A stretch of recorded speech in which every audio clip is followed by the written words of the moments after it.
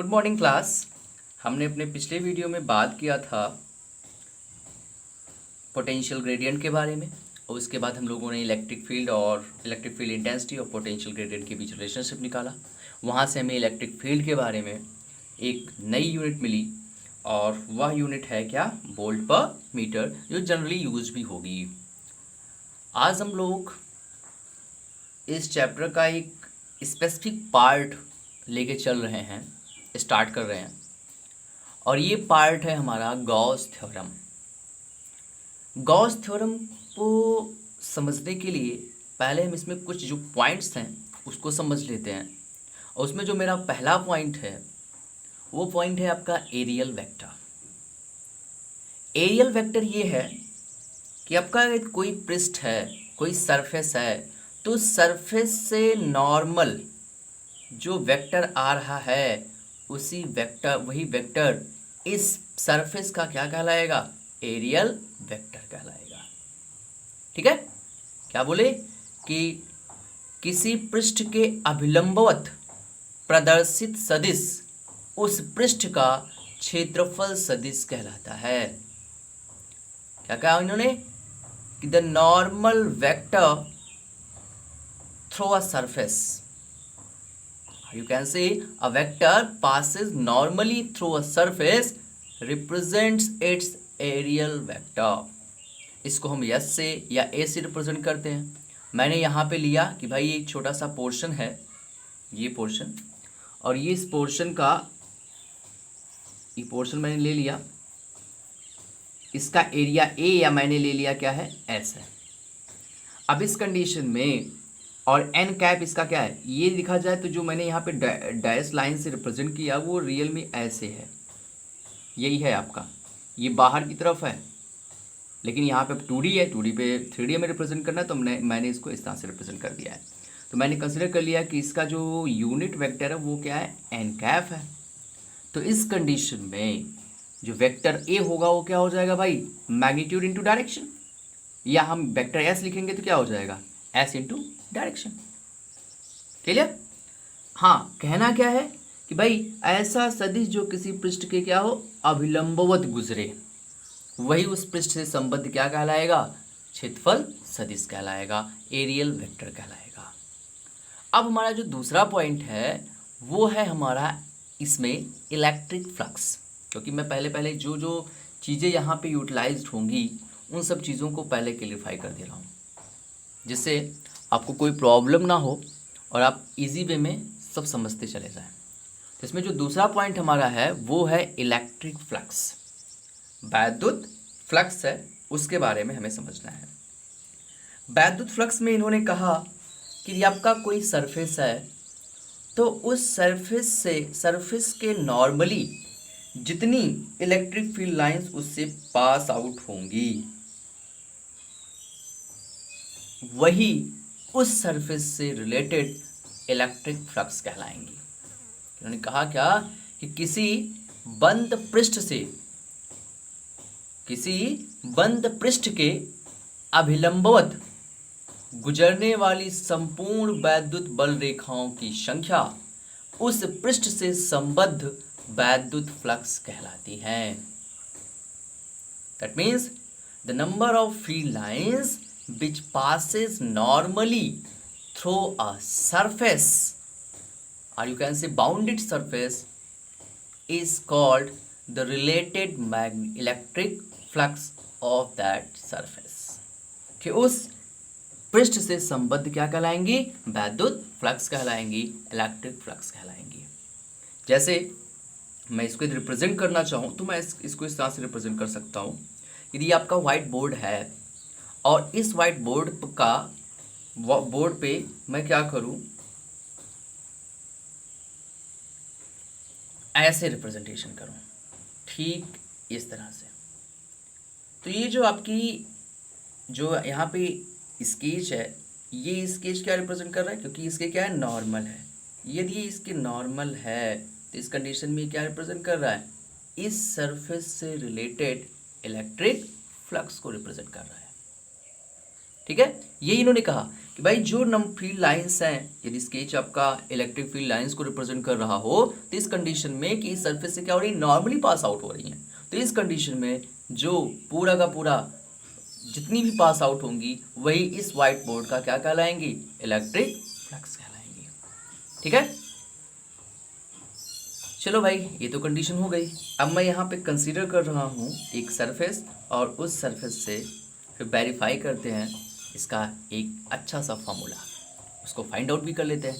जैसे हम किसी कोई भी कंडीशन हो, इलेक्ट्रिक फ्लक्स कब मैक्सिमम होगा, कब मिनिमम होगा, क्या क्या कंडीशन आएंगी, उन सब चीज़ों को हम यहाँ पे क्लियर आउट कर सकते हैं।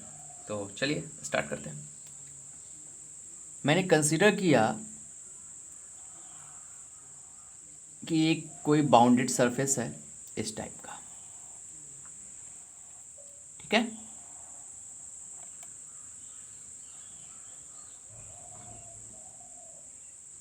कोई प्रॉब्लम तो नहीं होगी ना।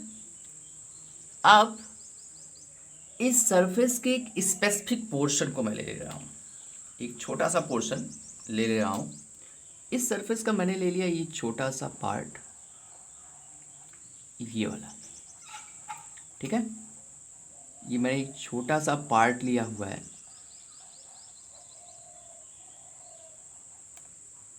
और इसकी वैल्यू मैंने कंसीडर कर ली, ये क्या है आपकी, ds है। ये कितना है, ds है। और इस ds का एरियल वेक्टर मैं रिप्रेजेंट कर दे रहा हूं इस तरह से।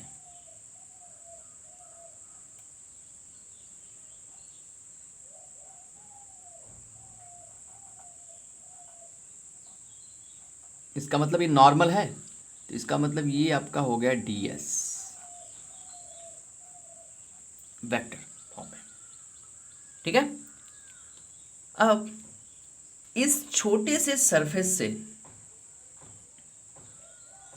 जो इलेक्ट्रिक फील्ड लाइंस गुजर रही हैं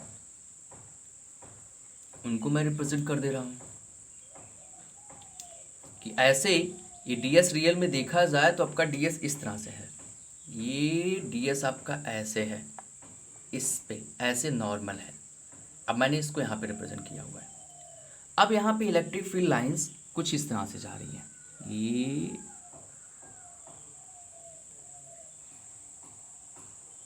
ऐसे इससे गुजर रही है सरफेस से।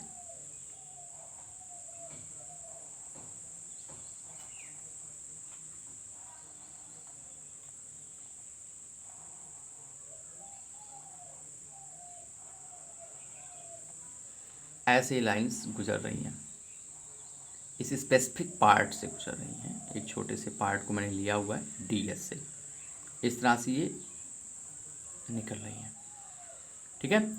और इसको मैंने रिप्रेजेंट कर दिया, ये आपका क्या है, वेक्टर E है। तो भाई इलेक्ट्रिक फील्ड लाइंस है तो इलेक्ट्रिक फील्ड को रिप्रेजेंट करेंगी, तो ये ऐसे जा रही है। अब यहाँ पे देखा जाए, यदि फील्ड लाइंस कुछ सरफेस से ऐसे गुजर रही हो, अब इसको समझिएगा कि ये फील्ड लाइंस है आपका और ये आपका एरियल वेक्टर है, ये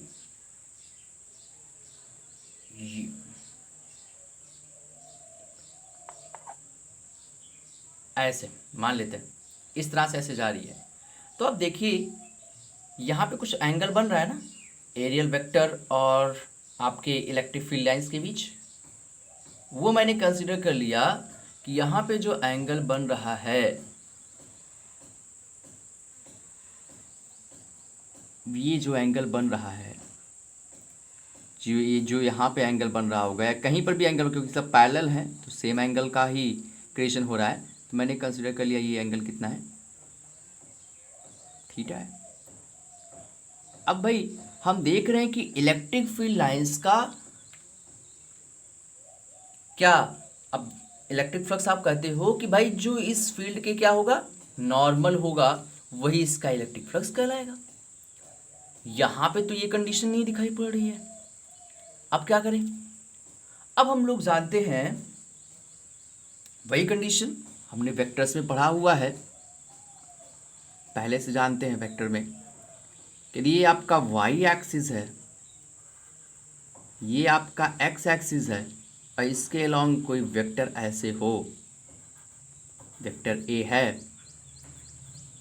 और ये एक्स एक्सिस से थीटा एंगल पे हो, जिससे थीटा बनाए, तो इसकी दिशा में इसका पोर्शन क्या होगा, ए कॉस थीटा, और दूसरे साइड में क्या हो जाएगा, ए साइन थीटा। तो भाई हम ऐसे जो इलेक्ट्रिक फील्ड हमें इंटेंसिटी मिल रही है, जो इलेक्ट्रिक फील्ड लाइंस गुजर रही है, उनकी जो इंटेंसिटी कैपिटल ई मिल रही है, अब पूरी की पूरी इंटेंसिटी तो नहीं बन रही है। अब यदि ये देखा जाए तो हम इस इलेक्ट्रिक फील्ड को दो पार्ट में क्या करते हैं, क्लासीफाइड करते हैं। पहला क्या क्लासिफिकेशन होगा, पहला क्लासिफिकेशन ये है कि यदि आपकी ये इलेक्ट्रिक फील्ड लाइंस जिस तरह से जा रही हैं और ये रियल में ऐसे है कि आपकी इलेक्ट्रिक फील्ड लाइंस ऐसे जाएं, ऐसे जा रही हैं, और ये आपका कंडीशन है, इससे इसने थीटा एंगल बनाया हुआ है इस तरह से, तो इसका जब रिजॉल्वेशन करेंगे तो एक तो जिससे थीटा बनाया हुआ उसकी दिशा में हो जाएगा, और एक क्या होगा, उसके लंबवत हो जाएगा, उसके नॉर्मल हो जाएगा। तो ये जो एंगल बना इसके साथ क्या आएगा, अब भाई जिससे कोण बन रहा है, जरा उस वेक्टर में देखो, जिसके साथ वो कोण बना रहा है उसके साथ क्या है, कॉस, और जिसके नॉर्मल होगा उसके साथ क्या होगा, वो साइन बनाएगा। तो हम इसको देखें, ऐसे रिप्रेजेंटेशन को देखें, तो यहाँ पे यदि हम इसको दो पार्ट में डिसोसिएट करें तो हमें देखिए एक मिल रहा है डी एस के अलोंग और एक मिल रहा है अलोंग द सरफेस, ऐसे मिलेगा। अब ई का जब हम डिवीज़न करेंगे तो हमें जो डी एस के अलोंग मिलेगा, क्योंकि डी एस के साथ ये थीटा एंगल बनाया हुआ है, आप देखें जिसके साथ थीटा बना रहा है उसके साथ क्या आ रहा है, कॉस पोर्शन आ रहा है, तो ई का एक कॉस पोर्शन लिखेंगे तो कितना हो जाएगा, ई कॉस थीटा। ये क्या है, अलोंग द एरियल वेक्टर, और यहाँ पे जो आया वो क्या हो गया, ई साइन थीटा। ठीक है, अब ये जो अमाउंट है ई कॉस थीटा, यही तो किसके अलोंग है, एरियल वेक्टर के अलोंग है, और एरियल वेक्टर है क्या, ये वेक्टर है normal to the surface of the object. जो आपने ऑब्जेक्ट यहाँ पे रखा होगा, ये जो भी आपने बद्ध माध्यम लिया हुआ है, बंद पृष्ठ लिया हुआ है, उस पृष्ठ के क्या है, अभिलंबवत है। तो यही तो आपका डीएस है जो यहाँ पे रिप्रेजेंट किया गया है, और यही तो आप कह रहे हो कि भाई किसी पृष्ठ से गुजरने वाली लंबवत वैद्युत बल रेखाओं की संख्या को क्या कहेंगे आप, वैद्युत फ्लक्स कहेंगे। तो यहाँ पर यदि थीटा एंगल पर है तो उसका जो लंबवत पार्ट है, जो इस पृष्ठ के लंबवत होगा, कौन सा होगा, ई कॉस थीटा होगा। क्लियर। अब यहां से हम एक परिभाषा ये भी पा रहे हैं इलेक्ट्रिक फ्लक्स की, और वो परिभाषा ये है कि किसी पृष्ठ के क्षेत्रफल सदिश के अनुदिश, किसी पृष्ठ के, कैसा पृष्ठ, बंद पृष्ठ ले लेते हैं, किसी बंद पृष्ठ के क्षेत्रफल सदिश के अनुदिश गुजरने वाली संपूर्ण वैद्युत बल रेखाओं की संख्या, मतलब total amount of electric field intensity along the areal vector of a surface is called electric flux. उसे क्या कहेंगे, वैद्युत फ्लक्स कहेंगे। कि कोई बंद पृष्ठ है, उस बंद पृष्ठ के क्षेत्रफल सदिश के अनुदिश कुल वैद्युत बल रेखाओं की संख्या क्या कहलाएगी, उस पृष्ठ का वैद्युत फ्लक्स कहलाएगी। ये भी हमारी एक परिभाषा बन रही है, जो चीज़ वहाँ पे कहा गया वही चीज़ इसमें भी है। ठीक है, तो यहाँ पे इस छोटे से पोर्शन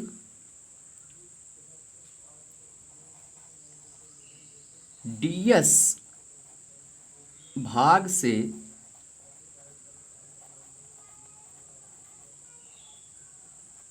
संबद्ध वैद्युत फ्लक्स की बात मैं करूं तो क्या हो जाएगा भैया,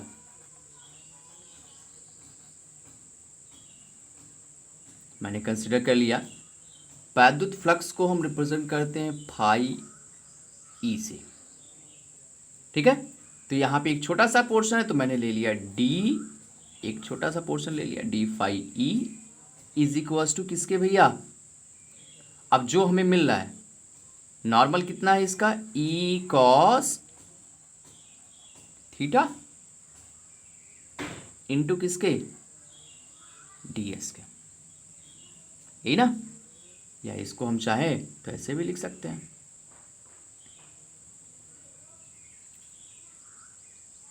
या इसको ऐसे ही रहने दीजिए। एक छोटे से भाग से हुआ तो संपूर्ण भाग से क्या होगा, संपूर्ण पृष्ठ से, संपूर्ण पृष्ठ से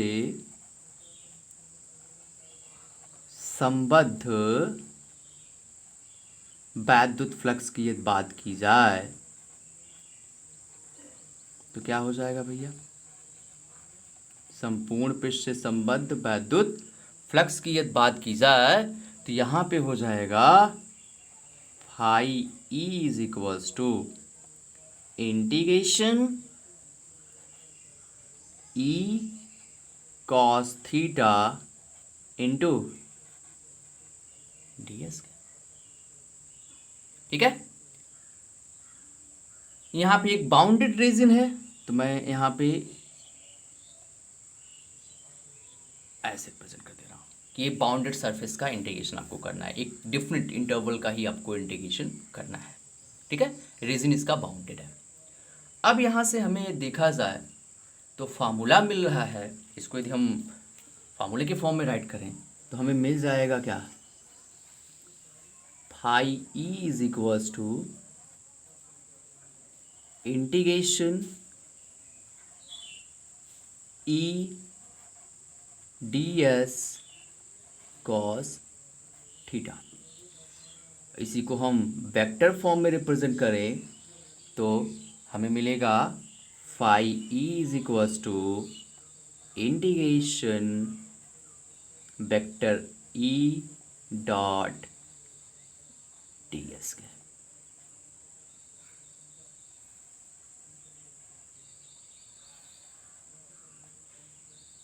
ठीक है। तो हमें मिला क्या, vector E dot d s के। तो phi E is equals to हमें मिल गया ये फार्मूला। यहाँ से क्या मिल रहा है कि किसी पृष्ठ से संबद्ध वैद्युत फ्लक्स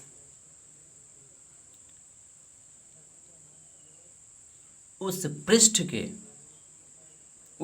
से गुजरने वाली संपूर्ण वैद्युत बल रेखाओं द्वारा उत्पन्न वैद्युत क्षेत्र और उस पृष्ठ के क्षेत्रफल सदिश के अदिश गुणनफल के बराबर होता है। यही तो हुआ भाई, जो वैद्युत बल रेखाएं गुजर रही हैं उनसे संबद्ध वैद्युत क्षेत्र जो मिल रहा है, वैद्युत क्षेत्र की तीव्रता, और जो कुल क्षेत्रफल मिल रहा है उसका क्या है, अदिश गुणन है। अदिश गुणन मतलब आप डॉट प्रोडक्ट कहते हो, स्केलर प्रोडक्ट के बराबर है, ठीक है। तो यहाँ से कंडीशन मिल गई, phi E is equals to complete integral of E dot d s, ठीक है। अब हम इसके केसेस देखेंगे कि इसकी वैल्यू कब मैक्सिमम होगी, कब मिनिमम होगी, क्या क्या होगा, ठीक है। देखिए हमें मिला था phi E is equals to integration of dot product of electric field and the areal vector, ठीक है भाई। मैंने कंसिडर कर लिया जो एरिया है उस बाउंडेड सरफेस का वो कैपिटल ए है, तो phi E is equals to, इसको एक्सपेंड करिए तो E d s cos theta, क्योंकि भाई डॉट प्रोडक्ट है, ई कॉस थीटा को बाहर किया, इंटीग्रेशन ऑफ डी एस किया तो मैंने कंसिडर किया कि ए है तो मैंने लिख दिया इसके प्लेस पे क्या, ए। तो यहाँ से phi E is equals to आ गया ई ए कॉस थीटा के, ठीक है। अब इसकी वैल्यू मैक्सिमम कब होगी, मिनिमम कब होगी, क्या क्या चीज़ें आएंगी उसके बारे में देखते हैं।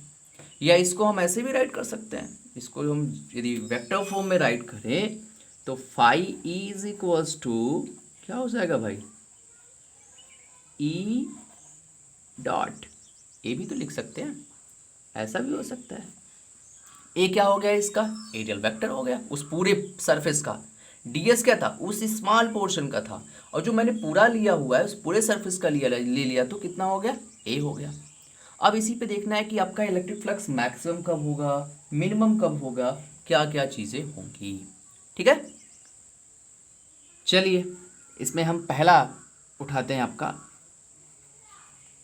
Case first.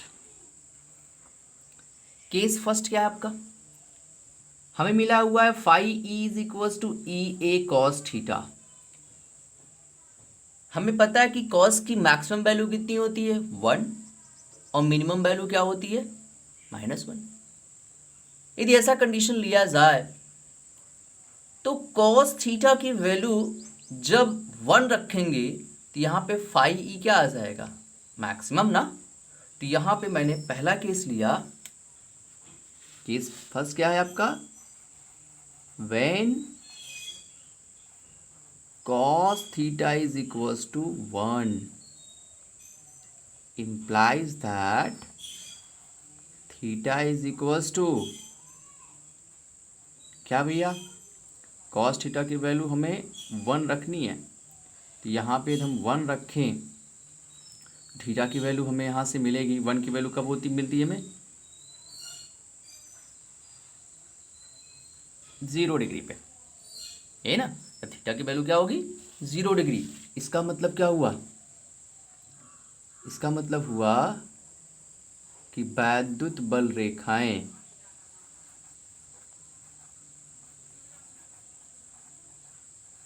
वैद्युत बल रेखाएं क्षेत्रफल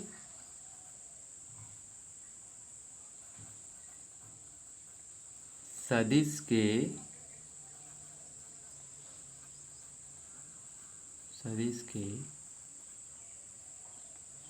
अनुदिश गुजरें।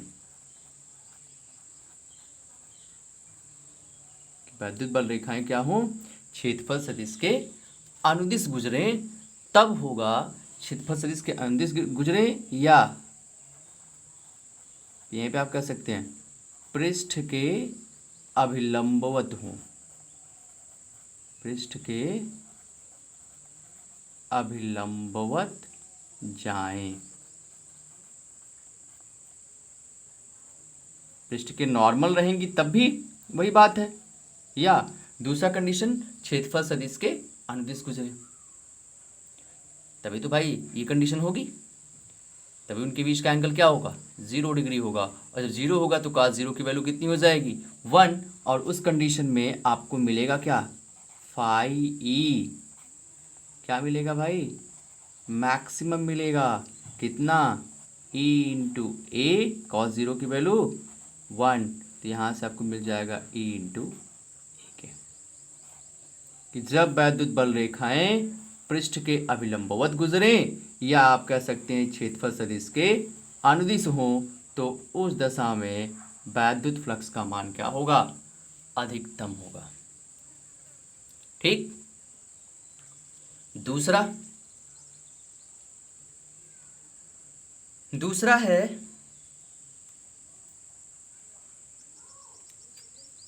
हम केस सेकंड की बात करें,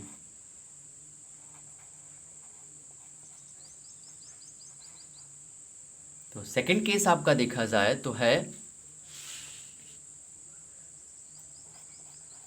कि जब cos थीटा का मान कितना हो, -1 हो। यदि cos थीटा का मान -1 हो गया तो phi E is equal to क्या हो जाएगा भैया, e into A -1, that is -EA। तो यहाँ पे क्या आ गया, नेगेटिव आ गया ना। इसका मतलब यहाँ पे यदि ये धनात्मक हुआ तो क्या हो गया, पूरा ऋणात्मक हो गया। तो इस कंडीशन में ये वैल्यू क्या हो जाएगी, मिनिमम हो जाएगी। इसका मतलब वैद्युत फ्लक्स क्या हो जाएगा, ऋणात्मक हो जाएगा, धनात्मक नहीं रहेगा। और ये कंडीशन कब होगी भाई, थीटा की वैल्यू -1 कब आएगी, cos थीटा की वैल्यू -1 आ रही थी, इसका मतलब है कि थीटा क्या है आपका 180 डिग्री है। और 180 डिग्री यदि बन रहा है तो आप समझ सकते हैं इसका मतलब हुआ कि वैद्युत बल रेखाएं क्षेत्रफल सदिश के क्या हैं, अनुदिश नहीं है, उसके विपरीत जा रही हैं। ये क्षेत्रफल सदिश आपका ये है तो वैद्युत बल रेखाएं इसके अंदर जा रही हैं, ऐसे जा रही हैं।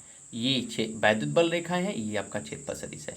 जब ऐसा होगा मतलब दोनों एक दूसरे के अपोजिट, ये वाली कंडीशन,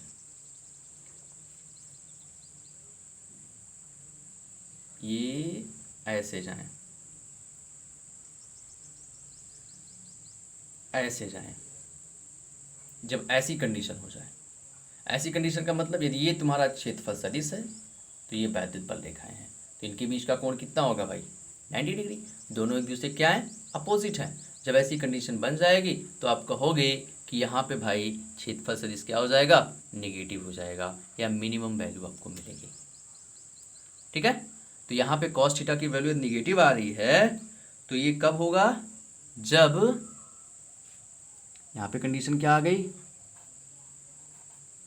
कि वैद्युत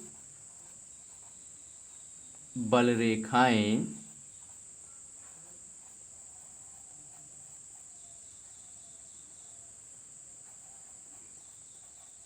क्षेत्रफल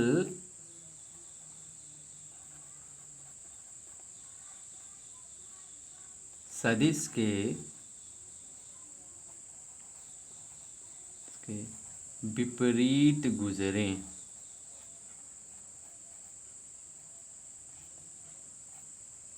क्षेत्रफल सदिश के विपरीत गुजरें, तब क्या होगा, इनके बीच का कोण कितना हो जाएगा, यहाँ से आप निकालोगे तो यहाँ से आ जाएगा theta is equal to 180 degree, और 180 डिग्री आ गया तो ये कंडीशन बन जाएगी। अब यहाँ पे यदि आप क्या करोगे, फाई ई की वैल्यू निकालोगे तो phi E is equal to आपको मिलेगा माइनस ई इंटू ए के। तो आप कह सकते हो कि वैद्युत फ्लक्स कब धनात्मक होगा, जब क्षेत्रफल सदिश और वैद्युत बल रेखाएं एक दिशा में होंगी। क्षेत्रफल वैद्युत फ्लक्स ऋणात्मक कब होगा, जब आपका क्या होगा, क्षेत्रफल सदिश और वैद्युत बल रेखाएं एक दूसरे के विपरीत होंगी। तीसरा, किसी ने पूछा भाई क्षेत्रफल सदिश शून्य कब होगा आपका, ये कंडीशन कब आएगी, इसको भी देख लीजिए, ये कब होगा। अब हमें पता है कॉस थीटा की वैल्यू 0 कब होगी, कॉस थीटा की वैल्यू 0 कब होती है भाई, कब होती है, जब थीटा की वैल्यू 90 डिग्री हो। कितनी, 90 डिग्री। तो यहाँ पे कंडीशन आया कि भाई यदि आपकी वैद्युत बल रेखाएं क्षेत्रफल सदिश के अभिलंबवत हों या पृष्ठ के अनुदिश हों, तो तीसरा केस आपका बन रहा है, तीसरे केस की बात की जाए, तीसरा केस आपका बन रहा है,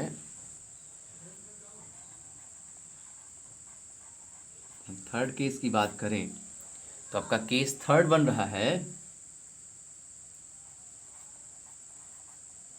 जब कॉस थीटा की वैल्यू क्या हो, 0 हो। तो इसका मतलब क्या हो गया भाई, theta is equals to 90 degree, और ये कब होगा, वैद्युत बल रेखाएं, वैद्युत बल रेखाएं क्षेत्रफल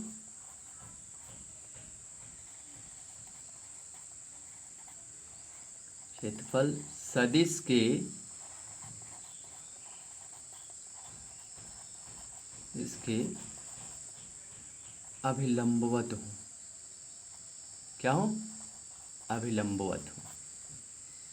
ये केस कि भाई थीटा की वैल्यू 0 तभी होगी, कॉस थीटा की वैल्यू 0 तभी होगी, या थीटा 90 तभी होगा जब वैद्युत बल रेखाएं क्षेत्रफल सदिश के क्या होंगी, अभिलंबवत होंगी।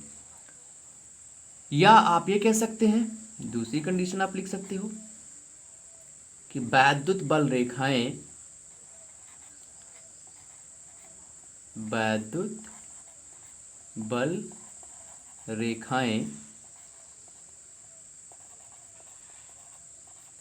पृष्ठ के अनुदिश गुजरे, पृष्ठ के अनुदिश गुजरे, तब आप कहोगे कि भाई इस कंडीशन में जब पृष्ठ के अनुदिश जाएंगी, मतलब ये कंडीशन हो गई कि वैद्युत बल रेखाएं इस तरह से जा रही हैं, ये ऐसे। अब यदि ये ऐसे जाएंगी और इसका इस पृष्ठ का नॉर्मल वेक्टर जो वेक्टर है, एरियल वेक्टर कैसे है, ऐसे है, तो इनके बीच का एंगल कितना हो गया अब 90 डिग्री ना। जब 90 डिग्री हो जाएगा इनके बीच का एंगल, तो इस कंडीशन में कॉस थीटा की वैल्यू क्या होगी, 0 होगी। और जब ये 0 हो जाएगा तो आपका जो इलेक्ट्रिक फ्लक्स है फाई ई है वो कितना हो जाएगा, E into A into 0 is equals to कितना आ गया, 0। तो यहां से मिला कि आपका वैद्युत फ्लक्स धनात्मक कब होगा, ऋणात्मक कब होगा और शून्य कब होगा। ठीक है, ये सब क्लियर हो गया। आपने पढ़ा क्या, एरियल वेक्टर, इलेक्ट्रिक फ्लक्स और उसके धनात्मक, ऋणात्मक और शून्य की कंडीशन। इसके बाद इसमें हम लोग पढ़ेंगे एक बहुत ही इम्पोर्टेंट पॉइंट इसमें और है, वो पॉइंट है आपका सॉलिड एंगल, घन कोण। ठीक है, उसके बारे में देखते हैं। उसको आप लोग पढ़े भी हैं, उसी चीज़ को हम यहाँ पे देखेंगे और उसके हम यूनिट के बारे में बात करेंगे। सॉलिड एंगल का जो यूनिट होता है आपका क्या होता है, स्टेरेडियन होता है। हम उसी को यूटिलाइज करने वाले हैं। ठीक है, और उसको हम लोग पढ़ते हैं अपने आने वाले नए वीडियो में।